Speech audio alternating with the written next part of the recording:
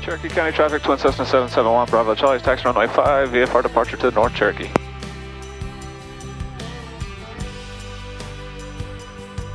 Alright guys, as promised, a quick run up. Now we're gonna beat feet. Fuel pumps on low, fuel's on the main, everything's forward, flaps are up, trim is set for takeoff. We're gonna do a full length departure. Stand on the brakes, power up, go.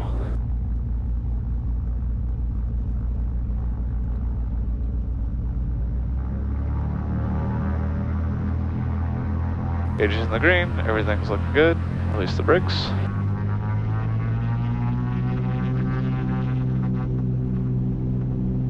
Making full power. Airspeed's alive. 70, 80, 90, rotate. Deer are on the runway. Tap the brakes. Gear coming up. Climbing out a blue line.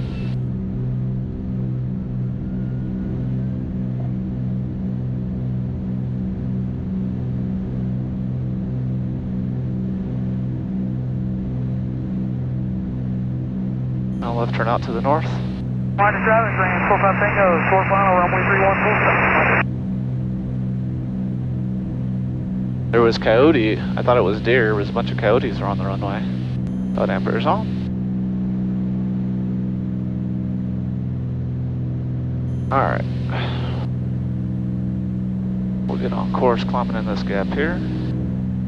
Fuel pumps are off. Set climb power. Atlanta Center, Twin Cessna 771, Bravo Charlie over Jasper with request. 771 Bravo Charlie, go ahead. Yes sir, Cessna 310 over Jasper at 4.1, climbing to 6,000. I do have an IFR on file to Aurora that I put off of Cherokee County if I could get that.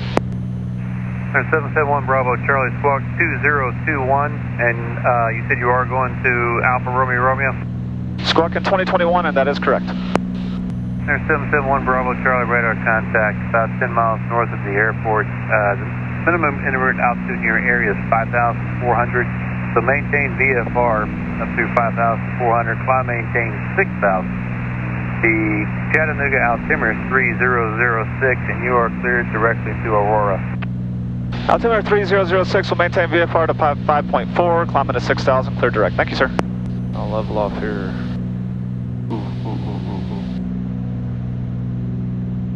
Altitude. Caught that quick. I forgot.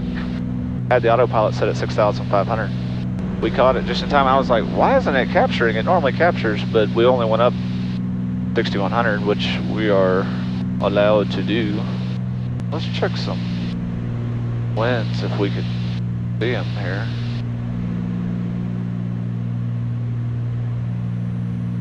Alright, so we got the Nashville wind. So at 6, we got about 20. 9 is worse, man. Tell you what guys, 6 is the best one. The IFD makes it so easy. You just click the weather overlay, toggle winds, shows you the wind flags, the direction, and velocity. Super easy. But that was really cool. Get to see my sis. She lives in Georgia, so I don't get to see her a whole lot. She's pretty cute. She does not like airplane bumps. I can tell you about that. Not a fan, she is not.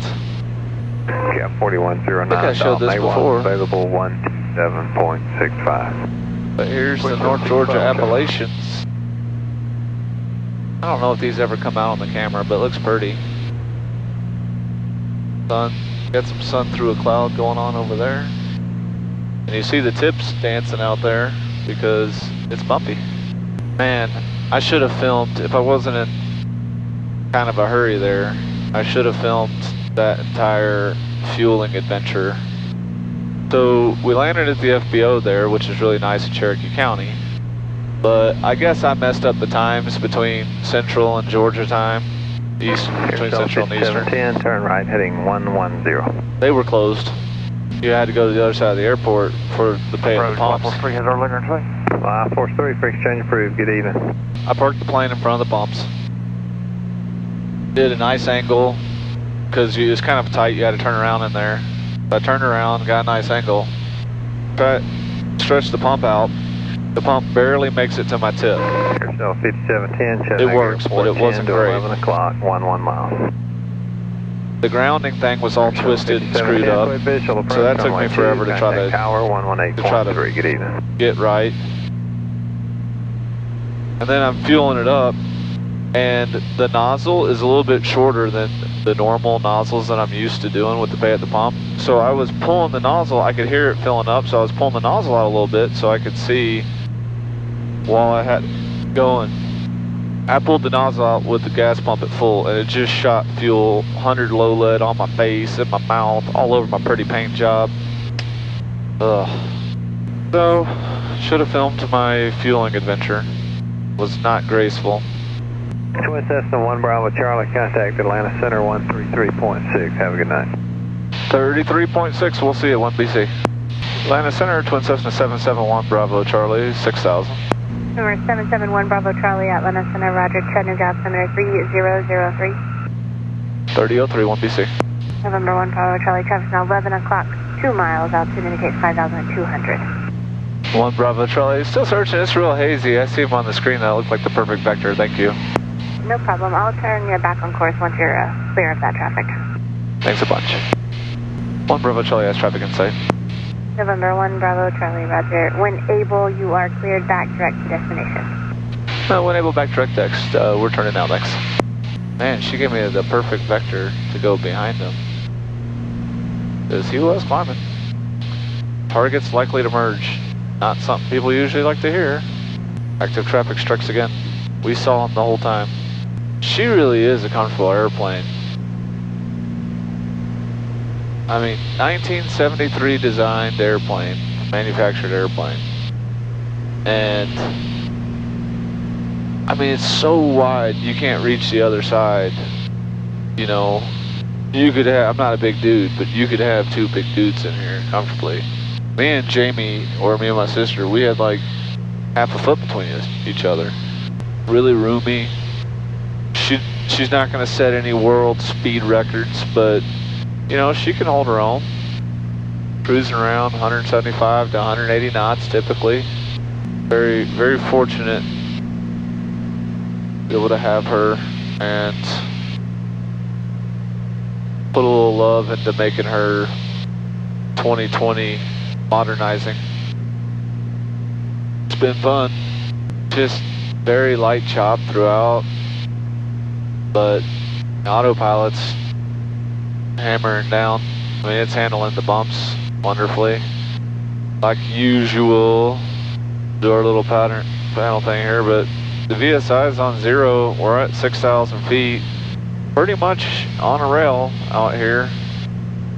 You can see it's in altitude hold nav mode is what the autopilot's entry is with the yaw damper on as well. The yaw damper keeps the ball really well centered. You can see it there as well, the triangle on that, on the IFDs. I love this thing, man. This is just such a great package deal. I'm getting this, I'm so used to the IFD. There's no way. If you try to make me go back to a 530 or a 430, oh my God, have a fit. I'm just absolutely in love. So, anyway, here we are cruising along. My baffling's still kind of messed up, so I have a couple cylinders that run just a skosh warmer than the other ones, so I'm having to put a bit more fuel through her. I'm excited to go down to TAS in Ohio. It's kind of one of those really renowned, well-known twin Cessna specialty shops. So I scheduled an annual with them in January, and I'm going to get them to really nail the baffles and just kind of get everything else. I mean, I've had annuals done with good shops around the country, but they don't know twin Cessnas inside and out like the guys at TAS do. Report, have you had any improvement? Like I think I've mentioned before, really the only thing left in this airplane that I could possibly want, really these old engine gauges. I mean, they tell you everything, but they're old and they're analog, and If the oil pressure gauges have oil lines coming in, fuel pressure gauge I think has fuel coming into the cabin, so it'll be nice to modernize that stuff. Get a digital screen, it'll be lighter, get rid of all that junk. It'll be easier to see, easier to look at, and maybe one day we'll consider flat paneling with like some version of a built-in engine monitor. I'm still kind of waiting to see what's out there. So far, not really wild about what's currently out there, but we'll see if I see the right thing. Just coming up on a little cloud bank here. Just a little cloud bank. I don't know if we're going to be in it. Definitely not going over it. We'll either be just under it or in it. Sun setting. Alrighty, what do we think here? I usually try to guess. Sometimes it's hard. I think we are going to be right in it. That's what I think. 52 degrees. Maybe just under it though. Okay, just under it. That's my final answer. Should have went with my gut. My first reaction was we're going through. And I doubted myself and I changed it. Here we go.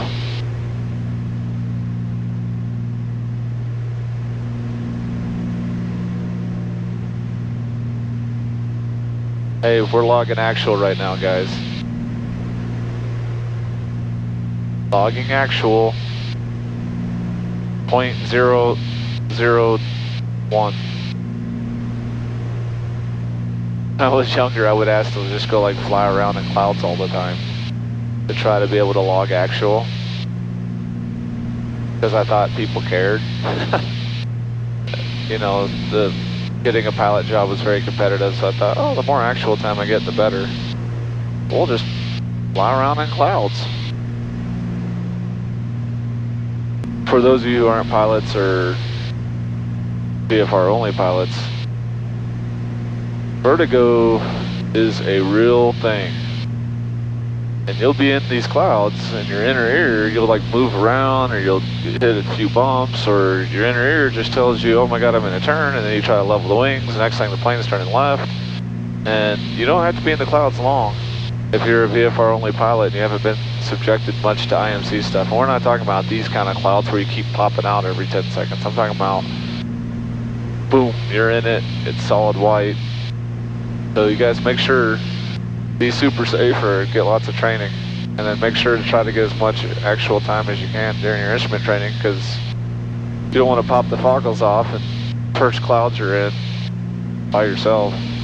I mean, you could theoretically, but it's good. It's a different world. The foggles, even though you try to not cheat and do all that, being in the clouds it's different.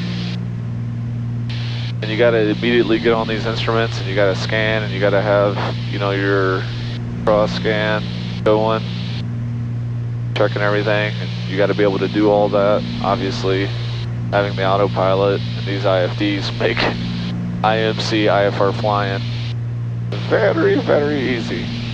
I love these little bitty clouds. These are so cool. The ones you could just see right through. I don't know. In case you guys haven't noticed, I am the total aviation nerd. So this stuff is always fun, and it never gets old. Never, never, never.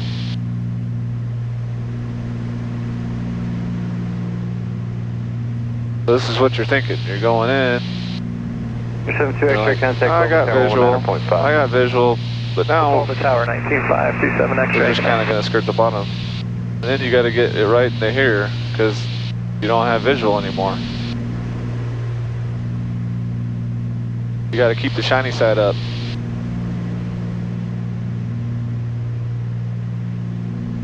Hope you guys enjoyed your actual. For those of you that aren't pilots, when I'm referring to actual, it's pilots keep a logbook, and they have to keep track of all their hours. And they need it for insurance reasons. They need it for FAA recency of experience reasons. They would need it for getting new certifications and new pilot's licenses, and possibly for jobs down the road. So you have to detail log all your flight time. You'd have the date, the call sign, the type aircraft. You have a little block that you can kind of put stuff for your instructor if you're training to put what you're doing. That's too good.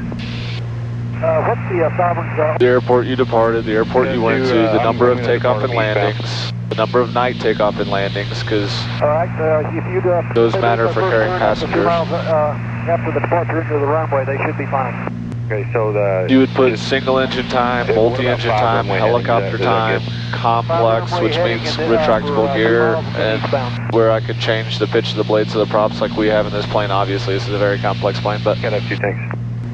If you travel more than 50 nautical miles straight line, then that counts towards cross-country time. So anyway, you log all these things. One of the columns that pilots log is actual instrument time. And so right now, I'm on an instrument flight plan, and I'm following instrument flight rules. So I have to be dead on my altitude, which, you know, that's pretty easy nowadays. But you have to listen to what air traffic says, you have to accept their routing and all that. But you're not controlling the aircraft just by reference to the instruments, you're looking outside, it's a nice day. So they want to keep the track of how much time inside of clouds do you have, because so many people have had problems in the clouds throughout the history of aviation. When I was referencing actual time earlier, so you got to keep track. I catch myself sometimes because I've been doing aviation and air traffic for so long, and I know a lot of you guys out there may not be pilots or may not be air traffic controllers or know as much about aviation, and I get a lot of questions asking because we kind of talk a different version of the English language. Anyway, enough nerding out for you guys.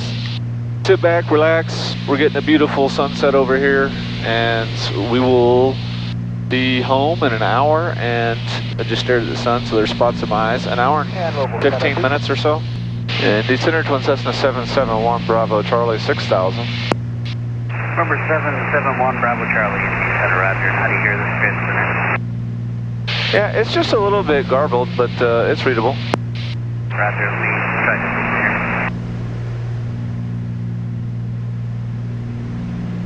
Number 771 Bravo Charlie, how do you hear this transmitter now? Oh, that one's much better, sir.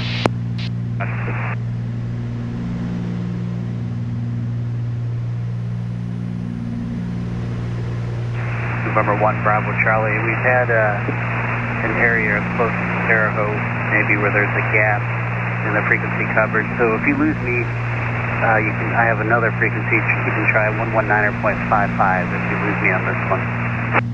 Okay, if I lose you, 119.55, and yeah, I swung down earlier today, and I remember kind of having problems with your sector, but nobody else, so thank you. So centers, unlike TRACONs, control much larger areas of space because they don't have as congested, like, you know, Midway O'Hare. Like they don't deal with the arrivals and departures out of major airports like that. To the ground, they definitely feed into major airports, but they own much more land areas, so they'll have different transmitters for their frequencies. So that's what you heard him do. The first one was kind of garbled on the same frequency, but he switched transmitter sites, and it sounded much better. I'm sure you guys heard that. So he was just trying to get a pilot report to see which one's better. Now he can notify the maintenance people. They're asking, you know, hey, find out in this area at this altitude how it sounds, and over there. Looks like it's going to be clear for our arrival. So under the IFD, all you got to do is just go to the FMS page and you go to info. So you go to Aurora, you can type whatever you want in there, but 20 minutes ago, 3:30 at 8. 10-mile visibility, altimeter is 3017, temperature 64, 7,500 scattered. So visual approach night for us. Although coming in from this direction, we're straight in for 3-3. I say we shoot the RNAV 3-3. Alright, it's official. 310, Sky Star 249. Sunglasses are off. Alrighty guys, darkness has fallen apart on us. So what I do is I usually brighten this up and then I just slowly step it down as it keeps getting darker just to kind of preserve my better night vision. I also make sure that we have the lights that you can turn up. You can make them brighter, dimmer, you can do all that. And then there's a white side too, but I like the red for preserving the night vision there. So you get all your lights set up, you get everything turned on before it gets dark. I don't know if I ever mentioned this before, but in the tip of the 310, and I don't know if it'll turn out, there's a little hole for you to see the nav lights and the strobe lights to make sure they're working at night. Cherokee So 1294, reduce your speed to 2509. If you look at the forward part of that tip tank, there should be a little green light that you can see flashing white occasionally. Hopefully it turns out. 771 Bravo Charlie, descend and maintain 4000. 1 Bravo Charlie, descend and maintain 4000. We've begun our initial descent into Chicago's Aurora Airport. Ladies and gentlemen, we have been cleared to land. Please put your seat backs and tray tables in the upright lock position. We'll be on the ground momentarily. Thanks for flying with 1 Bravo Charlie. November 771 Bravo Charlie, contact Chicago approach 119.35. 1935, 1 Bravo Charlie, we'll see ya. I choked. Alright. Chicago approach, Twin Cessna 771 Bravo Charlie is 5,600 for 4,000. We do have the weather and a request. 771 Bravo Charlie, Chicago approach, good evening, we have Premier 3022 and go ahead. 3022, and if we could go direct Joliet and just shoot the RNAV 33 full stop, that'd be great. 1 Bravo Charlie, expect RNAV runway 33 approach Aurora Airport. 1 BC, thank you. Guess we can load the approach and not activate it while we're sitting here doing nothing. So I'm going to scroll down to RNAV 3 to the 3, and then I'm going to put in Joliet. So it has the approach all loaded there, and it just wants to know if we want to activate the approach, which is down at the bottom, which, if we get cleared for it, that's what we're going to do. 1 Bravo Charlie, cross Joliet at or above 2,600, cleared RNAV runway 33 approach Aurora Airport. 100 above 2,600, cleared RNAV 33, 1 Bravo Charlie, thanks Mobile.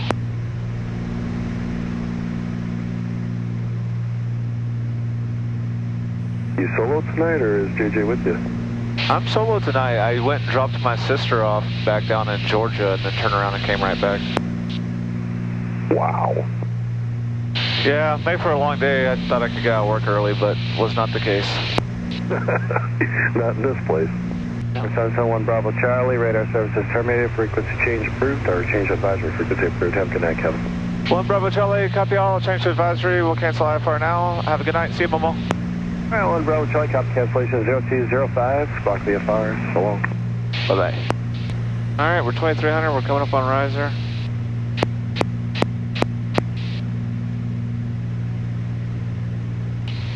I see approach lights.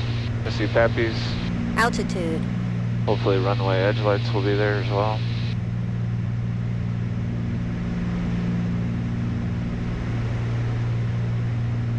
We're going to come in with 10 degrees of flaps and see how she does. She holds really good. Does that well. Alright, glide slope needles coming in.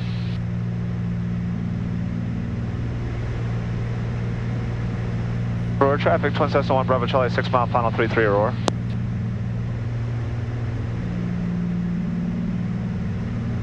And then right as we intercept here, we're going to go gear down.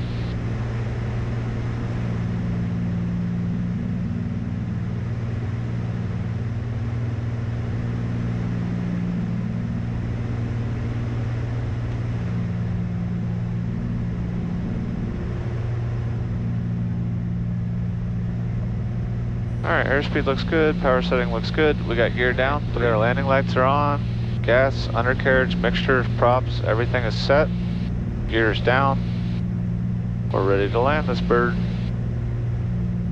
I'm gonna disconnect the autopilot.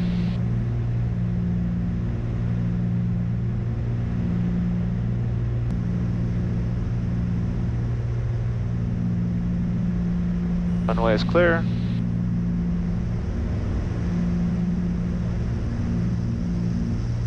And we lit her up.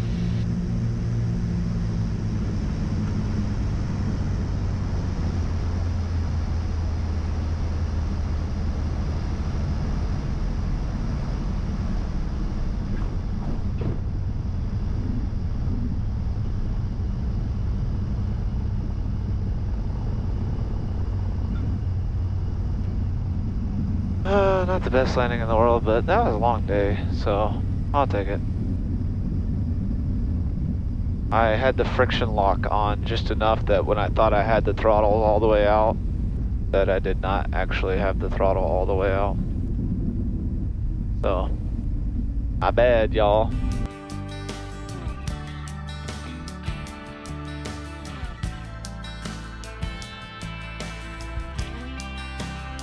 Thanks again for all the support. Hopefully the nighttime footage turns out a little bit. We will be traveling in the very near future, maybe to a town near you. Stay tuned. Thanks again, guys. Bye.